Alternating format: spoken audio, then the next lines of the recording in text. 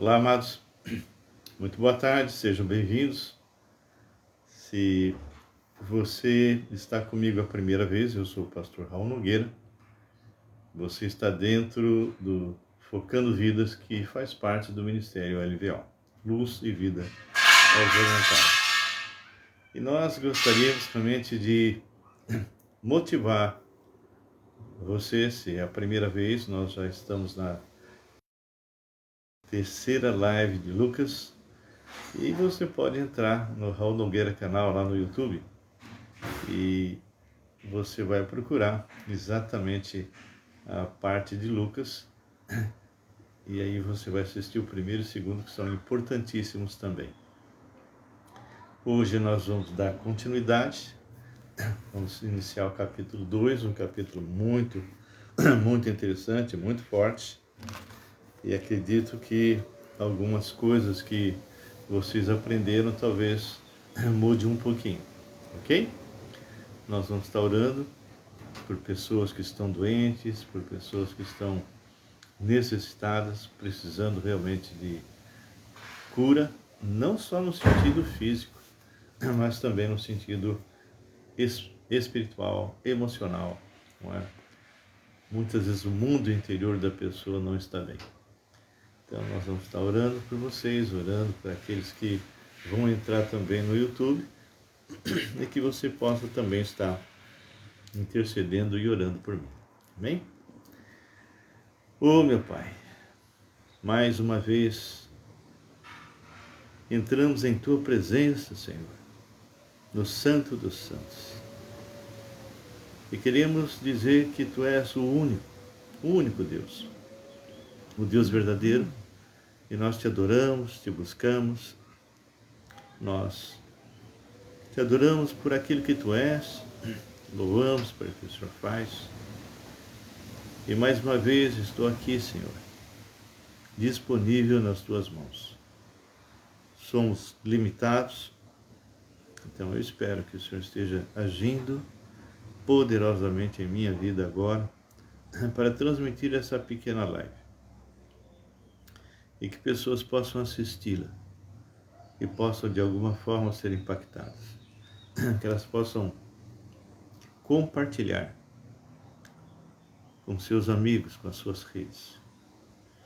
E agora eu queria falar especificamente por algumas pessoas, Senhor, que estão sofrendo. Nós, mais uma vez, apresentamos a Rebeca, a esposa do Evaldo, que tem passado por momentos difíceis, mas ela é uma guerreira. E diante de uma situação adversa, com tumores na cabeça, pulmão, ela tem continuado lutando e dando testemunho visível de que o Senhor é Deus. E o Senhor tem dado paz. Também lembro da Paula Tsai, a serva também, que o Senhor possa estar agindo poderosamente na vida dela, curando-a, Senhor. Entrego também, Deus, o Rafael, que foi operado do braço, teve que amputar o braço e agora vai ter que amputar um pouco mais, porque voltou tumores ali. Ele tem sido também uma testemunha fiel do Senhor. Nós lembramos do Sebastião, lembramos do Davizinho, duas criancinhas que estão voltando a andar e falar, e que o Senhor os abençoe. Abençoe seus pais e avós também. Entrego também o Rafael, que é casado com a minha sobrinha, e tem passado por momentos muito difíceis. Que o Senhor possa estar tratando e trabalhando na mente e no coração dele. Meu Pai, há pessoas entre nós que estão passando por momentos difíceis, estão passando por momentos, ó Pai, onde ela acha que não tem mais saída para seus problemas, mas que o Senhor possa realmente fazê-las crescer, amadurecer na fé, que elas possam perseverar, que elas possam ter experiências com o Senhor e ter esperança de quando vier outro problema, ela pode descansar nas tuas mãos. Seja com o meu filho Marcos, que o Senhor guarde, proteja, livra ele, Senhor, de qualquer coisa que possa estar agindo em sua vida. A mesma coisa eu te peço pela Luciana, pela Camille, pelo Rodrigo, Senhor. Peço a Ti pelo Tiago, pela Camille e Bianca, Senhor. Liz, por todos os meus netos, cada um deles, segundo as suas necessidades. Peço, Senhor, pelos meus irmãos, cada um deles, segundo também as suas necessidades, o Walter, o Atos, o Gabriel, e todos os seus filhos, Senhor. No caso, o Atos e o Gabriel. Peço pelos meus primos também, os Nogueira e os Ribeiros. Sabemos, ó Pai, que estamos num mundo difícil, num tempo difícil, mas o Senhor é Deus e nós confiamos no Senhor. Seja, Pai, com esse tempo que vamos ter aqui, que aquilo que vamos conversar seja algo que o Senhor possa ser honrado. Eu entrego tudo nas tuas mãos, em nome de Jesus. Amém e amém. Olá, César, boa tarde, tudo bem? Então, meu querido, nós estamos aí no capítulo 2. Lucas é realmente um livro bem interessante. Nós já estudamos e vimos as profecias, não é? Que João o Batista, filho de Zacarias, cujo nome o Senhor é gracioso, ele estava realmente sendo profetizado por Isaías e cumpriu isso. E o pai dele, nos versículos 74 em diante, até os 80, ele profetiza com respeito à vinda do Messias e a função de João. Olá, Sérgio. E a função de João, que seria anunciar o Cordeiro de Deus que tira o pecado do mundo. Maria foi visitar a Isabel, não é? Uma senhora já avançada em dias e que o Senhor agraciou com um bebê. E agora nós vamos começar a trabalhar e ver a respeito da profecia e das coisas que já existiam no Velho Testamento e que agora se manifestam de forma visível, palpável. O Verbo se fez carne. O próprio Criador de todo o universo. Ele entra na história, ele entra no mundo que ele havia criado. E ele entra através de Maria, uma jovenzinha, uma adolescente, que havia sido prometida como esposa para José, descendente de Davi. Então, aqui nós vamos estar vendo algumas coisas muito interessantes.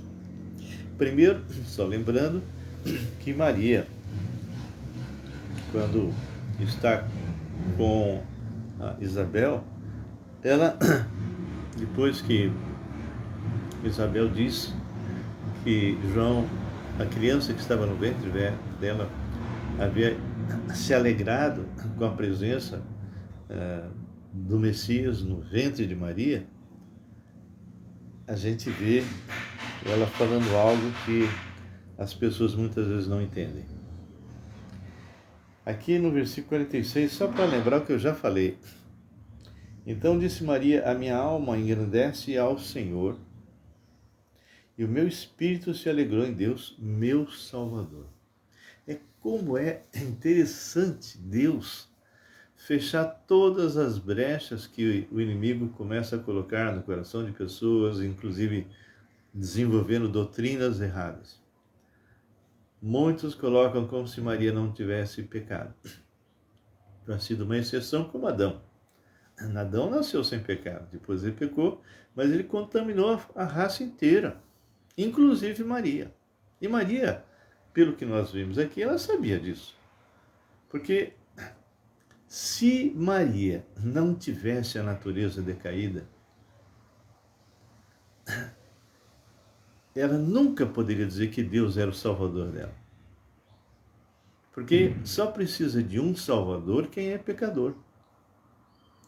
Se ela não tinha nenhum pecado, se ela não tinha natureza decaída, e ela afirma que Deus é o seu Salvador, então ela mentiu. Mas, na verdade, ela não mentiu. Ela falou exatamente aquilo que é real. Deus era o Salvador dela, como é o nosso, em Cristo Jesus. Bem, o capítulo 2 diz assim: Naqueles dias foi publicado um decreto de César Augusto convocando toda a população do império para recensear-se. O primeiro recenseamento, foi feito quando Quirino era governador da Síria. Então, Lucas, um bom historiador, ele situa historicamente quando foi que isso aconteceu. Todos iam alistar-se, cada um à sua própria cidade. Então, Lucas 2, versículo 3, deixa bem claro que todo o povo de Israel tinha que voltar ao lugar onde havia nascido para se alistar e eles, então, terem uma condição de fazer um censo segundo o local que a pessoa havia saído. Quantas pessoas daquela cidade? No caso de José e Maria, eles foram para Belém, ok? Uma cidadezinha pequena, desconhecida. José também subiu da Galileia, da cidade de Nazaré, para a Judeia, a cidade de Davi, chamada Belém, por ser ele da casa e família de Davi. Então aqui se cumpre uma profecia, que o Messias viria da cidade de Belém. E a palavra Belém significa casa do pão. E o Senhor Jesus é o pão da vida. Então, aqui no versículo 5, diz que ele foi para lá a fim de alistar-se com Maria, sua esposa, que estava grávida. Estando eles ali, aconteceu... Me perdoe. Aconteceu completarem-se-lhe os dias, e ela deu à luz o seu filho primogênito. Enfaixou e o deitou numa manjedoura, porque não havia lugar para eles na hospedaria. Então vamos entender isso. José vai para Belém. E quando chega lá, não havia lugar nenhum onde o neném pudesse nascer. Você imagina a preocupação de um pai percebendo que o filho está para nascer e não tem lugar para eles ficarem. Eles devem ter batido em diversas portas, mas a quantidade de pessoas que voltaram para aquela cidade foi tanta que eles não tinham condições, não tinha lugar para eles. Então, vai ser arranjado um lugar para o Rei dos Reis, Senhor dos Senhores. Um lugar simples, um lugar que normalmente, nos dias de hoje, alguns grupos fazem até presépios, não é? E, aliás, nesse presépio nós vamos comentar, eles cometem alguns erros. Mas aqui diz assim, olha só. E ela deu à luz seu filho primogênito e enfaixou. Isso me lembra a minha época. Hoje parece que não é mais assim. As crianças, e eu lembro disso, eram enfaixadas mesmo, de tal forma que elas ficavam um rolinho durinho, não é? E eu não sei como é mais hoje, né, se houve alguma mudança, mas naquela época era assim. E Maria então enfaixa e coloca a criança num lugar que foi chamado de manjedoura, não é?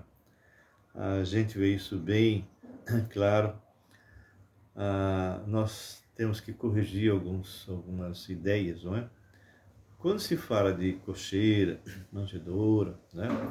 Nós lembramos de uma fazenda no Brasil. E essas fazendas normalmente têm a casa grande e tem o curral, que é distante. Mas não era assim. Imagina uma garagem, ok? Uma casa simples. E essa garagem que hoje nós colocamos carro, é que ficavam os burrinhos, os cavalos, não é? Os boizinhos. Então essa manjedoura ficava nesse lugar, não ficava num curral afastado, tá bom? Bem, então aqui fala exatamente que nesse dia haviam pastores cuidando do seu rebanho. Bem, estudiosos colocam que a data zero de que Jesus nasceu, na verdade, seriam 4 anos antes ou 3 anos antes. Primeiro ponto. Ou seja, Jesus não teria nascido no que nós chamamos de dia primeiro. E mais, normalmente as pessoas comemoram em dezembro, mas dezembro lá é inverno. E no inverno não se pode apacentar rebanhos nenhum. Então, alguns estudiosos colocam como se fosse perto de setembro. Bom, é apenas uma curiosidade, mas é importante, porque algumas coisas devem ser pensadas antes de falar. Então, se é inverno lá, como é que poderia haver rebanho? Ok. Então, no versículo 8, diz assim: havia naquela mesma região pastores que viviam nos campos e guardavam o seu rebanho durante as vigílias da noite. E um anjo do Senhor desceu onde eles estavam, e a glória do Senhor, imagina o susto desses pastores, brilhou ao redor deles e ficaram tomados de grande temor. O anjo, porém, lhes disse: não temais, eis aqui vos trago boa nova. Boa nova é a palavra evangelho, de grande alegria, que o será para todo o povo. É que hoje vos nasceu, na cidade de Davi, Belém, o Yeshua, o Salvador, Jesus, que é Cristo, é o Mashiach, o Senhor. Oh, minha esposa amada está entrando. Querida. E isto vos servirá de sinal. E encontrareis uma criança envolta em faixas e deitada em manjedoura. Bom, é um sinal porque normalmente a criança está dentro de um bercinho, dentro de uma caminha, alguma coisa assim. Então, que criança estaria numa manjedoura? Jesus estava. E subitamente apareceu com os anjos uma multidão da milícia celestial, louvando a Deus e dizendo: glórias a Deus nas maiores alturas e paz na terra entre os homens a quem ele quer bem. E ausentando-se deles, os anjos foram para o céu, voltaram, e diziam então os pastores uns aos outros: vamos até Belém e vejamos os acontecimentos que o Senhor nos deu a conhecer. E foram apressadamente e acharam, no lugar que eles estavam, Maria e José e a criança deitada na manjedoura. E vendo, divulgaram o que se lhe havia dito a respeito deste menino. Todos os que ouviram se admiraram das coisas referidas pelos pastores. Maria, porém, guardava todas essas palavras, meditando-as no coração. Voltaram então os pastores, glorificando e louvando a Deus por tudo o que tinham ouvido e visto, como lhes fora anunciado. Bem, entendam bem. Quando você vai, na época de Natal, na casa de muitas pessoas, e até em algumas igrejas, né, que fazem isso, eles montam um presépio. Nesse presépio, eles colocam os pastores, eles colocam os magos. 3 magos. Só que a palavra de Deus não concorda com isso. E por que não concorda? Então nós vamos ver. Eu convido você a abrir Mateus. E Mateus é muito interessante. Mateus, ele escreve para judeus. E eu quero que vocês abram no capítulo 2, ok? Capítulo 2 de Mateus é muito interessante para a gente quebrar algumas informações que são um pouco truncadas, um pouco erradas, não é?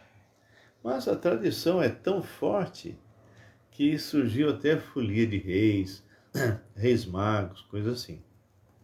Então nós vamos ver. Capítulo 2 diz assim: Tendo Jesus nascido em Belém, da Judéia, em dias do rei Herodes, eis que vieram uns magos. Quantos magos? Uns magos. Queridos, aqui não fala se é 2, 3, 4, 10. Uns magos. Que não eram reis. E que não eram 3. Olha só que interessante, não é? Vieram uns magos do Oriente a Jerusalém. Bem, agora eles vão criar um alvoroço ali em Israel. Jerusalém vai ficar assim, espantada com a chegada desses homens e as perguntas que eles vão fazer. E perguntavam: onde está o rei? Olha só, onde está o recém-nascido rei dos judeus? Porque vimos a sua estrela no Oriente e viemos para adorá-lo. Uau! Esses homens, que nós não sabemos quantos são, vieram para adorar o rei dos judeus. Deus toca o coração desses homens que estavam no Oriente, para que eles venham visitar o rei dos judeus e venham adorá-lo. E só se adora quem? Só se adora a Deus. Tendo ouvido isso, alarmou-se o rei Herodes e com ele toda Jerusalém. Então Jerusalém ficou: uau, esses homens vieram aqui, eles estão fazendo perguntas, onde nasceu o rei dos judeus, e estão vindo aqui para adorá-lo. Então Herodes, convocando todos os principais sacerdotes e escribas do povo, indagava deles onde o Cristo deveria nascer. É interessante, se você ler os evangelhos, não tem ninguém que veio perguntar para Jesus: Jesus, onde é que o senhor nasceu? Todos eles tinham na cabeça que ele era galileu, que ele tinha nascido na cidade de Nazaré, não é? Ninguém, o único que perguntou onde que o rei dos judeus deveria nascer foi exatamente aquele que queria matá-lo, Herodes, um usurpador, um rei que era patrocinado por Roma. Então, olha só, a resposta vem: em Belém da Judéia, responderam eles, porque assim está escrito por intermédio do profeta. Então ele sabe exatamente de onde vem. E quando vier o falso Messias, o anticristo, tenha certeza que os sinais que ele vai fazer vão ser tão grandes, tão maravilhosos, que não vai ter ninguém perguntando onde é que ele nasceu, mais uma vez. E vão ser enganados. Então a resposta é clara: em Belém da Judéia. Responderam eles, porque assim está escrito por intermédio do profeta. E tu, Belém, terra de Judá, não és de modo algum a menor entre as principais de Judá, porque de ti sairá o guia que há de apacentar o povo de Israel. Então aqui, nessa profecia de Isaías, está dito inclusive o que o Messias viria fazer.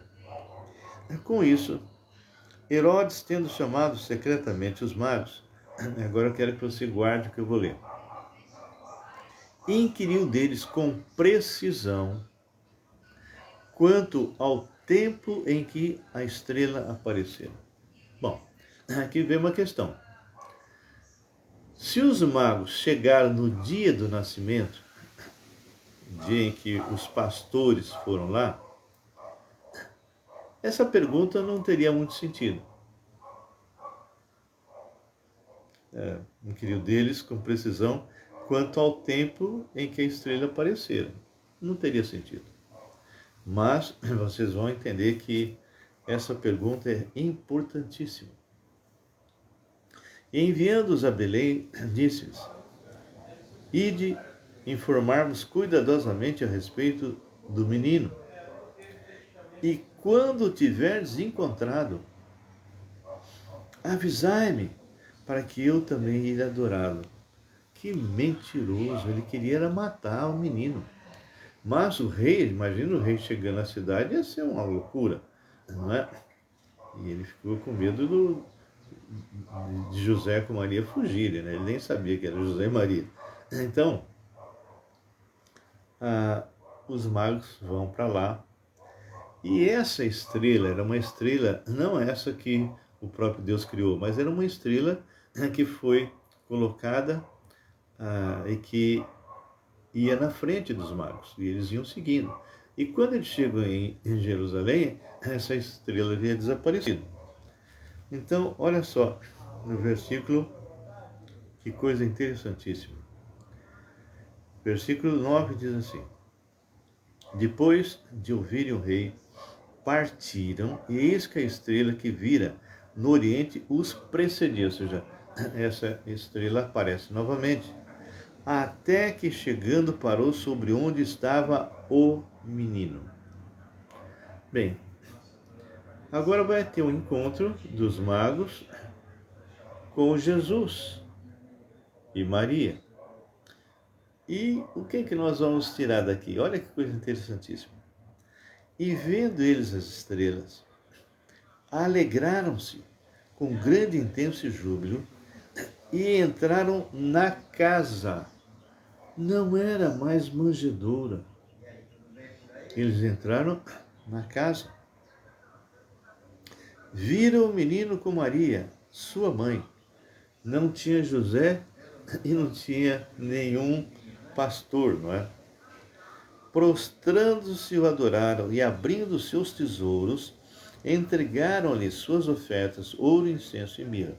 Então, essa quantidade de pessoas, 3, é por causa dos 3 presentes. Mas, se você já assistiu alguns filmes, né, onde alguns súditos vêm entregar algum presente para os reis, e vem 10, 12 pessoas, muitos deles trazem ouro.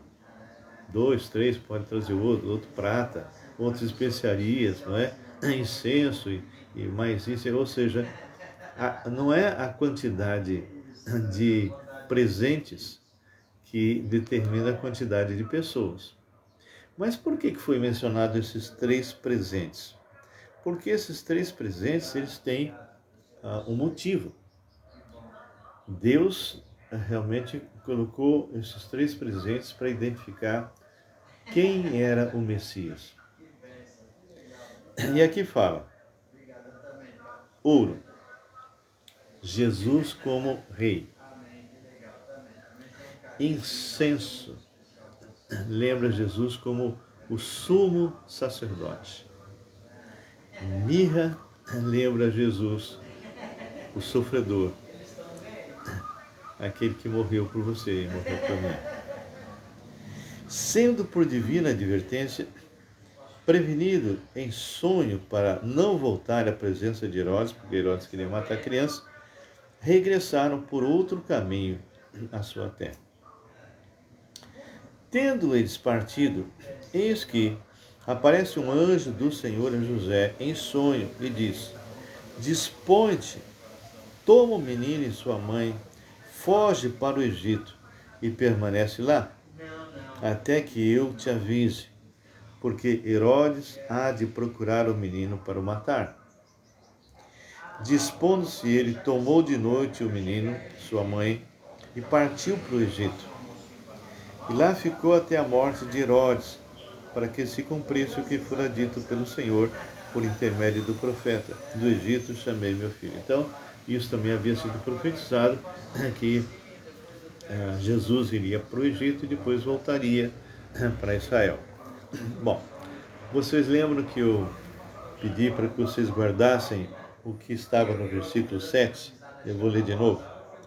Com isto, Herodes, tendo chamado secretamente os magos, inquiriu deles com precisão quanto ao tempo em que a estrela aparecera. O que interessa para nós essa informação? O versículo 16 responde: Vendo-se iludido pelos magos, enfureceu-se Herodes grandemente e mandou matar todos os meninos de Belém e de todos os seus arredores, de 2 anos para baixo. 2 anos para baixo. Olha lá, Daniel. 2 anos. Conforme o tempo do qual com precisão se informara dos magos. Então, se cumpriu o que fora dito por intermédio do profeta Jeremias. Ouviu-se um clamor em Ramá, pranto, choro, grande lamento. Era Raquel chorando por seus filhos, inconsolável, porque não mais existem. Bem, 2 anos. Quando eles estavam no Oriente e Jesus nasce, a estrela aparece e o próprio Deus, através do Espírito Santo, toca esses homens, que nós não sabemos quantos, e eles vêm caminhando, possivelmente de camelo, a pé, sei lá como, e gastaram da onde eles estavam até o lugar que era Jerusalém, 2 anos. 2 anos. E a gente entende, então, que esses 2 anos são os 2 anos de caminhada. E quando eles entram na casa, não mais na manjedoura, quem estava ali era só Maria e o menino Jesus. Então, queridos, algumas coisas que ficou aí como se fosse verdade, biblicamente é mentira. Não, são 3 magos, nós não sabemos quantos foram, e eles não tiveram presentes no nascimento de Jesus. Eles tiveram 2 anos depois. Amém? Então, isso sugere que cada um de nós possamos estudar a palavra, verificar, para quando nós transmitimos alguma coisa para alguma pessoa, a gente tenha base, tenha convicção, tenha certeza. Então, quando eu vejo, tenho a oportunidade de ver assim, onde eles fazem, né? Montam lá Maria, José, os pastores, os 3 magos e tal. Eu aproveito isso no Natal para pregar, para corrigir isso, tá bem? Eu não sei se isso que nós falamos para vocês agora foi, assim, relevante ou não. De qualquer forma, essa é a informação que a palavra de Deus nos dá com respeito ao nascimento de Cristo. Tá bem? Vocês estão me ouvindo, tá? A Graça, não sei se ainda está comigo, o César, o Daniel e outros. Se vocês quiserem comentar alguma coisa, o que foi para você saber disso? O que realmente foi para você tomar contato com esse tipo de informação?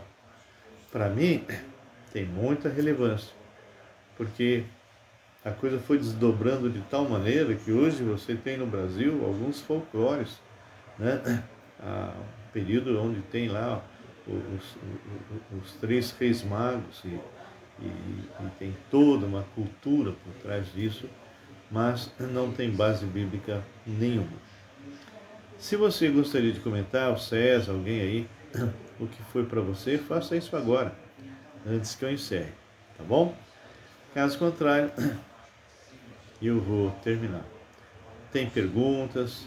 Se tem eventualmente algum acréscimo, alguma coisa que vocês gostariam que eu falasse mais, é só colocar. Bem, para você que está me assistindo, eu gostaria. Graça. Isso é muito esclarecedor porque eles inventaram e as pessoas não vão à fonte. É verdade. Isso motiva, Graça, que a gente mergulhe na palavra, que a gente estude essa palavra, não é? E eu e você temos feito isso já há muitos anos, né? 45 anos. E quantas coisas que nós já ouvimos falar, sendo até pregado, e que não bate com a palavra de Deus. Então, para mim, fazer um estudo versículo a versículo, dessa forma, esclarece e amadurece aquele que está estudando a palavra. E quando ele compartilha a palavra, ele compartilha com segurança, sabendo com certeza o que ele vai falar. Amém? Mais alguém gostaria de comentar? O Daniel, o César, quem quiser aí. Tem alguma coisa que vocês gostariam de compartilhar? Caso não, eu vou orar encerrando. Se tiver algum pedido de oração, também pode colocar. O César. Como estava marcado para mim os três reis magos e os outros fatos, contudo, foi diferente como foi nos impostos. É verdade, César. É verdade. As tradições se tornam muito fortes e as pessoas acabam passando para as crianças essas informações que, como disse a Graça, nunca foram a fonte, não é? Para checar, para ver. Por que eu estou enfatizando isso? Porque da mesma maneira que muitas pessoas estão sendo enganadas com folia de rei e uma série de coisas, entenda que você estudando a palavra, mergulhando, você vai descobrir as pepitas de ouro maravilhosas. Né? Você vai começar a se enriquecer, você vai começar a crescer, a amadurecer. Né? Então, tudo isso que você recebeu de alguém, pai, mãe, de avós, etc., checa, vai na fonte, veja se é isso mesmo. Meu filho amado, olha o Rodrigo, está aí a Graça e está o Rodrigão. Olá, Rodrigo, você chegou agora, filho? Você foi? Então, depois você... Boa noite. Se você chegou agora, depois vai lá vai no YouTube para pegar tudo isso que nós falamos, tá bem? E que Deus possa abençoar vocês. Agora, que pena. De qualquer forma, Rodrigo, já terminamos, nós estamos terminando. O César escreveu: só me mostra que temos que estudar bem a palavra de Deus a fundo para conhecer a verdadeira realidade. Oi, César, que saudades de vocês. Feliz ano novo. Com muitas realizações, felicidade e abraço a todos. É isso aí. Então, que nós possamos realmente ser motivados a mergulhar na palavra de Deus para ter experiência com o Deus da palavra. Amém? Uma boa noite a todos vocês.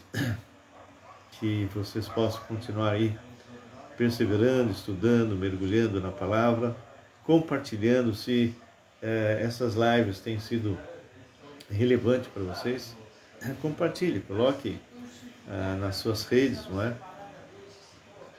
E Deus, o César escreveu: Deus abençoe Dona Graça. Ok, pessoal, que Deus abençoe. Nós vamos encerrar agora. Já passou um pouquinho o tempo. E que vocês possam estar orando por mim, pela graça, que o Senhor possa estar nos dando sempre a direção daquilo que realmente estamos fazendo. Nós temos uma série de planos aí para esse ano agora e que realmente possa se concretizar. A Graça escreveu: filhão, que saudade, difícil pensar em vocês sem ficar com saudade, é verdade. Para quem não sabe por que dessa conversa, é que nós estivemos no Canadá, onde meu filho mora, e fazia 5 anos que nós não ouvimos, e foi uma grande bênção. Ok, pessoal, que Deus abençoe. Eu vou encerrar com oração. Se tiver algum pedido específico, pode colocar. Pai, nós louvamos o Teu nome, Te adoramos, Te agradecemos. Obrigado, meu Deus, por esses que estão aqui conosco agora ao vivo, também por aqueles que vão entrar lá no YouTube e no History, Senhor. E que as pessoas que entrarem no History possam assistir mesmo, não simplesmente entrar para fazer número, não é, de visualizações, mas que eles possam assistir.